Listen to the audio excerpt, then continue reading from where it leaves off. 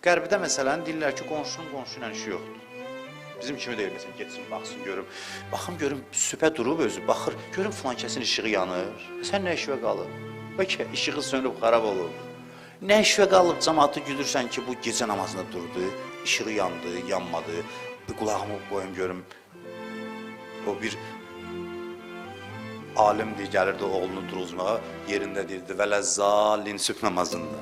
Ki, yəni əl çəksin, çıxsın, getsin. Bu şəkildə bəzən davranırıq. Qərbdə bu məsələlər yoxdur, adamların bir-birindən işi yoxdur. Amma, Qərbdə bunun kökündə biganəlik yanır, deyir, nə işvə qalıb? İslam deyir, sev, amma qarışma, bu çətindir. Bu sevgi ilə məsələni həll edir, biganə olma deyir. Ürəyin yansın, amma qurdalama. Vecvə olsun, tənqid deyil onda, sevgi ilə tənqid elə. Sevgi hiss olunacaq, insanları düzəldəcək.